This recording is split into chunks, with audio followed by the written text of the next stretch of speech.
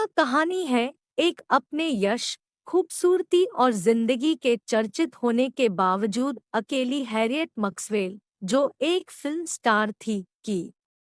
जब उसका यश खो जाता है और उसे अब बुज़दिलता और उदासी का सामना करना पड़ता है, तो वह 1 मिलीमीटर श्राइन में खुद को प्रवेश करती है, जहां उसका अपना यशीन ज़माना जीने का वादा करता है। हैरियट मैक्सवेल एक प्रसिद्ध फिल्म स्टार थी, जिसकी जिंदगी में उनकी चमक और प्रशंसा थी। लेकिन समय बीतते हुए उनकी करियर ढेर सारे व्यक्तिगत समस्याओं के कारण धीरे-धीरे ढलती गई। उन्हें अब उम्र के साथ अपनी खूबसूरती खो जाने का सामना करना पड़ रहा था। हैरियट के पास एक अपना स्टूडियो था, जहां वह पुरानी फिल्मों को देखने का आनंद लेती थी। एक दिन वह एक ऐसी पुरानी फिल्म देखती है जिसमें वही खूबसूरती और यश उनको दिखते हैं जो उन्हें अब याद नहीं था।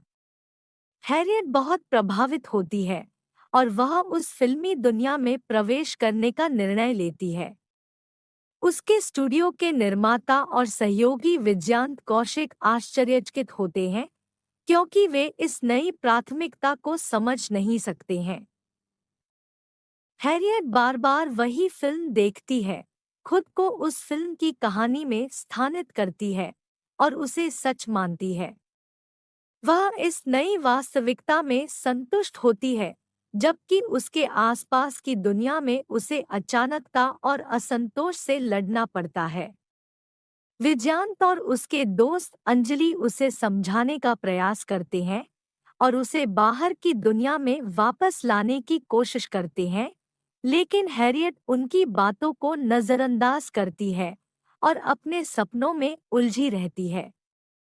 एपिसोड का अंत नज़दीक आते हुए हैरियट अपनी खुद की फिल्म में ढलती जाती है और वह अंततः उस फिल्मी दुनिया में नजर आती है जिसे उसने खो दिया था।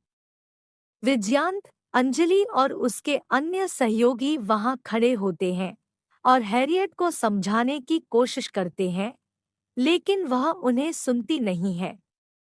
हैरियट अपनी फिल्मी दुनिया में खो जाती है और उसका यश, खूबसूरती और जिंदगी का वादा खत्म होता है।